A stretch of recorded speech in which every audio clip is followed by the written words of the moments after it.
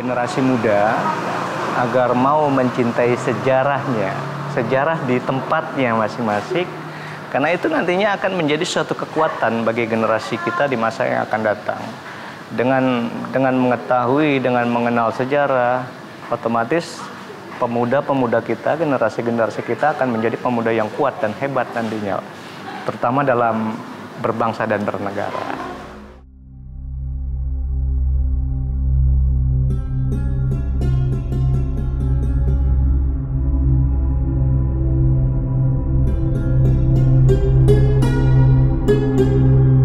Masjid dalam perkembangannya menjadi tempat yang fungsional bagi umat muslim. Masjid tak hanya menjadi tempat ibadah, melainkan menjadi tempat syiar. Malah pada masanya, masjid menjadi tempat untuk pertahanan atau tempat untuk mengatur strategi, bahkan bisa menjadi tempat untuk benteng pertahanan dari musuh muslim lainnya. Di Nusantara, masjid tak lepas dari peradaban agama Islam itu sendiri. Ini The Story dan ini adalah Story of Historical Masjid Jami Angke.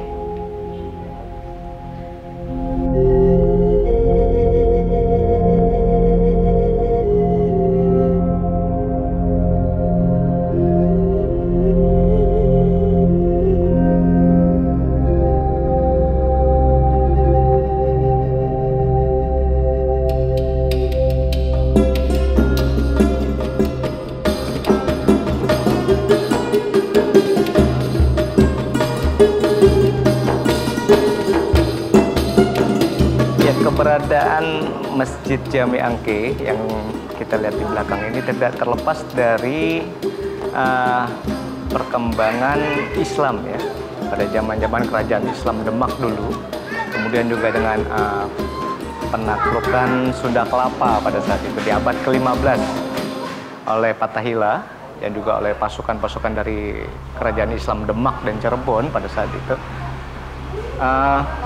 Setelah menaklukkan Sunda Kelapa yang dikala itu masih di bawah kekuasaan dari kerajaan Pajajaran ya, kerajaan Sunda Pajajaran, barulah Islam berkembang pesat di Jayakarta. Pada saat itu dipanggil sebutannya Jayakarta sebelum jadi kota Jakarta. Nah, Pangeran Fatahillah menjadi Adipati Jayakarta yang pertama atau sebutan Jayakarta pertama. Kemudian beliau tidak lama dipanggil kembali ke Kerajaan Demak untuk membantu peperangan di sana dan awalnya diserahkan kepada Sultan Hasanuddin Banten untuk sementara menjabat Adipati Jakarta dengan Banten sekaligus, dan itu pun tidak lama baru diserahkan kepada menantunya yang akhirnya menjadi Jayakarta kedua, yaitu Pangeran Tubagus Angke yang namanya bisa kita kenang sampai sekarang. Pangeran Tubagus Angke yang kelak bergelar Pangeran Jayakarta II adalah putra Pangeran Panjunan dan cucu Syekh Datu Kafi yang menikah dengan Ratu Ayu Pembayun Fatimah, Putri Fatahillah atau Pangeran Jayakarta, dan Ratu Winahon, Putri Sunan Gunung Jati. Tubagus Angke adalah bangsawan Kesultanan Banten yang kemudian kelak menggantikan Fatahillah sebagai Adipati Jayakarta atau Jakarta dengan gelar Pangeran Jayakarta II. Sekitar awal abad ke-16, Kerajaan Banten mengirim pasukannya untuk membantu Kerajaan Demak yang sedang menggempur benteng Portugis di Sunda Kelapa atau Jakarta sekarang. Pangeran Tubagus Angke ini adalah Pangeran Jayakarta II yang disebutkan oleh orang Inggris dan Belanda sebagai Regent of Jakarta atau Koning van Jakatra. Pada zaman Pangeran Jayakarta inilah orang-orang asing Eropa seperti Inggris dan Belanda mulai berdatangan untuk kemudian pecah konflik dengannya. Fatahillah yang sudah merasa tua hendak pensiun. Dia kemudian pada perayaan kemerdekaan kota Jayakarta melihat sosok pemuda yang tegap dan pandai bernama Tubagus Angke, keturunan dari Pangeran Cirebon. Tubagus Angke pun diangkat menjadi Bupati Jayakarta kedua.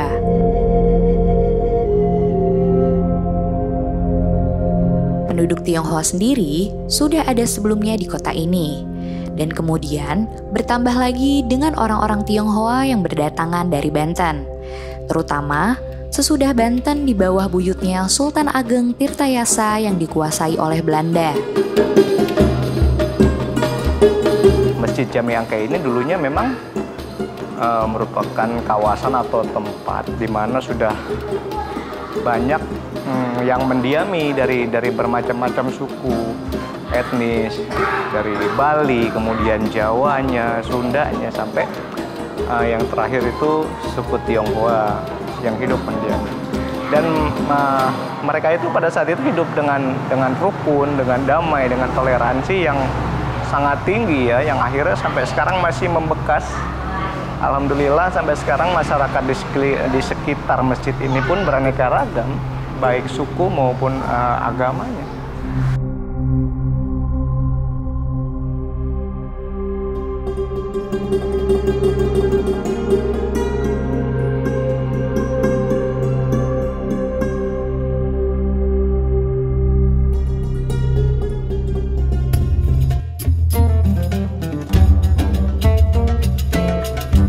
Islam berakar dari kata aslama, yuslimu, islaman, yang berarti tunduk, patuh, dan selamat. Islam berarti kepasrahan atau ketundukan secara total kepada Allah Subhanahu wa Ta'ala. Orang yang beragama Islam berarti ia pasrah dan tunduk patuh terhadap ajaran-ajaran Islam. Seorang Muslim berarti juga harus mampu menyelamatkan diri sendiri, juga menyelamatkan orang lain. Tidak cukup selamat, tapi juga menyelamatkan. Secara istilah, Islam adalah agama yang dibawa oleh Nabi Muhammad SAW untuk umat manusia agar dapat hidup bahagia di dunia dan di akhirat. Inti ajarannya atau rukun Islam adalah bersaksi bahwa tidak ada Tuhan selain Allah dan Nabi Muhammad adalah utusan Allah, mendirikan sholat, menunaikan zakat, berpuasa di bulan Ramadan, dan pergi haji bila mampu. Islam datang ke bumi untuk membangun manusia dalam kedamaian dengan sikap kepasrahan total kepada Allah Subhanahu wa Ta'ala, sehingga seorang yang beragama Islam akan mengutamakan kedamaian pada diri sendiri maupun pada orang lain. Al-Quran berlaku sebagai sumber pokok dan cetak biru untuk kehidupan Islam, sedangkan kehidupan sehari-hari Nabi atau sunnah berlaku untuk menerapkan prinsip-prinsip dalam cetak biru tersebut serta untuk menunjukkan cara mengaplikasikannya. Masjid ini berdiri atau didirikan pada tahun 1761 Masehi atau 1174 Hijriah. Itu dalam catatan sejarah yang mendirikan atau yang mendanai pembangunan masjid ini seorang perempuan Muslim Tionghoa yang kita kenal di sini dengan sebutan Ibu Tanio. Beliau bersuamikan seorang bangsawan dari Banten. Dan perancangnya sendiri yang merancang seni arsitektur bangunan ini juga Muslim Tionghoa. Makamnya ada di sebelah barat masjid ini. Itu kita masyarakat sini menyebutnya Syekh Leong Tan. Perpaduan seni arsitektur dari mulai kita masuk di belakang kita ini pintu utamanya dengan gaya Bali, Eropa, kemudian Jawa dipadukan. Begitu juga dengan jeruji jendela yang bergaya Eropa. Nah, di dalam lagi lebih banyak lagi perpaduan seni arsitektur seperti sokoguru atau tiang utama di dalam masjid ada 4, itu bergaya Tionghoa dan Eropa juga. Kemudian mihrab tempat imam itu bergaya Arab, bergaya Moris.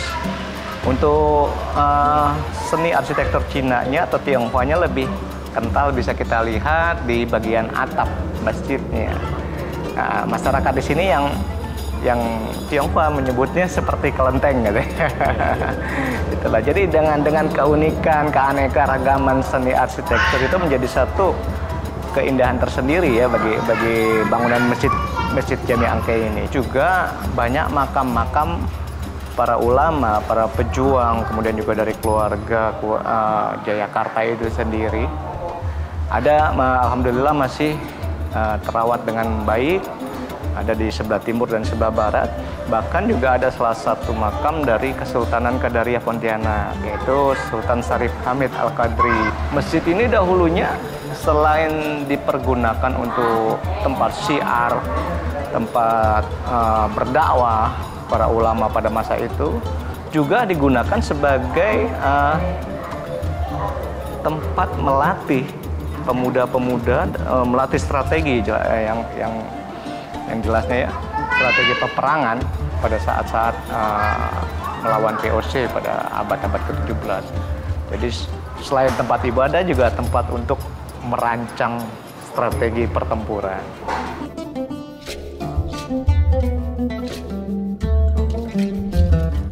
Islam adalah agama yang rahmatan lil alamin. Pernyataan ini sangat sering dikemukakan sebagai pemahaman bahwa Islam adalah agama rahmah, kasih sayang terhadap sesama manusia dan alam semesta, serta kontra terhadap kekerasan dan agresivitas terhadap sesama manusia dan alam semesta. Pemahaman ini diambil dari sumber utama ajaran Islam, yaitu Al-Quran pada surat An-Nabiyah ayat 107. Dan kami tidak mengutus kamu Muhammad melainkan untuk menjadi rahmat bagi semesta alam. Hal ini menunjukkan bahwa agama Islam adalah agama untuk semua makhluk Allah Subhanahu wa Ta'ala atau universal. Tidak terbatasi geografi, suku, bangsa, dan ras. Bahkan agama ini juga diserukan untuk para jin. Wujud dari pemahaman ini adalah pemeluk agama Islam yang soleh, adalah pribadi yang rahmatan lil alamin, dengan teladan utama Nabi Muhammad SAW. Buah dari perjuangan orang-orang terdahulu ya yang di sini. Beliau-beliau sudah menunjukkan, sudah membuktikan dengan kerukunan, dengan toleransi itu bisa menguatkan satu sama lain tanpa melihat perbedaan dari satu dengan yang lain. Itu aja, dan itu yang masih sampai sekarang kita jaga, kita pelihara. Bisa dilihat masyarakat yang sekarang pun mendiami kampung Angke ini beraneka ragam. Ada Arab, Tionghoa, Jawa, Sunda, itulah majemuk ya, masyarakat yang sangat banyak. Apalagi kita memang berada di lingkungan padat penduduk, sangat padat di Jakarta Barat.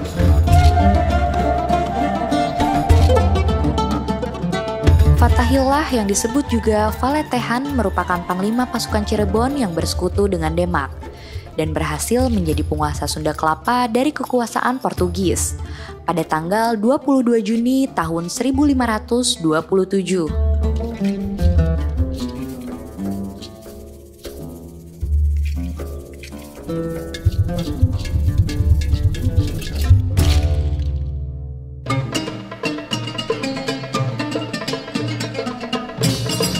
Generasi muda agar mau mencintai sejarahnya, sejarah di tempatnya masing-masing, karena itu nantinya akan menjadi suatu kekuatan bagi generasi kita di masa yang akan datang.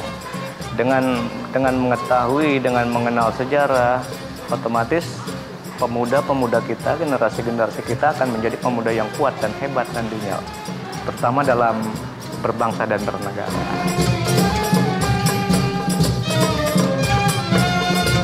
Sunda Kelapa oleh Fatahillah pada tanggal 22 Juni 1527 diganti nama menjadi Jayakarta. Sekitar tahun 1525, ia ke Jepara dan menikah dengan Nyai Ratu Pembayun. Kemudian berturut-turut menaklukkan daerah Banten dan Sunda Kelapa. Sebelum menuju Sunda Kelapa, Fatahillah yang berangkat dengan armada perang Demak terlebih dahulu menuju ke Kesultanan Cirebon guna membangunkan kekuatan maritim. Pada tahun 1526, Alfonso d'Albuquerque mengirimkan 6 kapal perang di bawah pimpinan Francisco de Sá menuju Sunda Kelapa. Kapal yang dikirim adalah jenis Galleon yang berbobot hingga 800 ton dan memiliki 21-24 pucuk meriam. Pada tahun yang sama, Sultan Trenggono mengirimkan 20 kapal perang bersama 1.500 prajurit di bawah pimpinan Fatahillah menuju Sunda Kelapa. Armada perang Demak terdiri dari kapal tradisional jenis lancaran dan Pangajawa yang ukurannya jauh lebih kecil dari Galleon. Pada tahun 1527, Fatahillah menggerakkan armadanya ke Sunda Kelapa.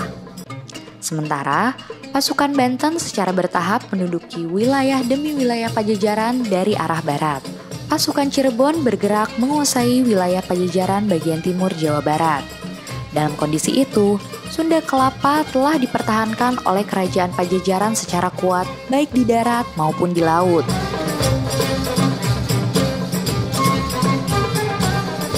Setelah melalui pertempuran sengit pada 22 Juni 1527, armada perang yang dipimpin Fathahillah akhirnya berhasil menaklukkan pasukan Portugis. Pasca kemenangan tersebut, Fathahillah didaulat menjadi gubernur di Sunda Kelapa.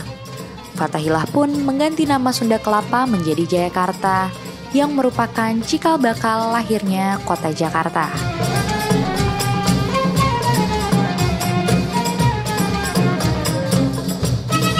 Memang sebetulnya alhamdulillah beralamin ya, dari dulu sampai saat ini, walaupun keberadaan masjid dengan dengan bentek bio itu ya, tidak dengan vihara, tidak jauh.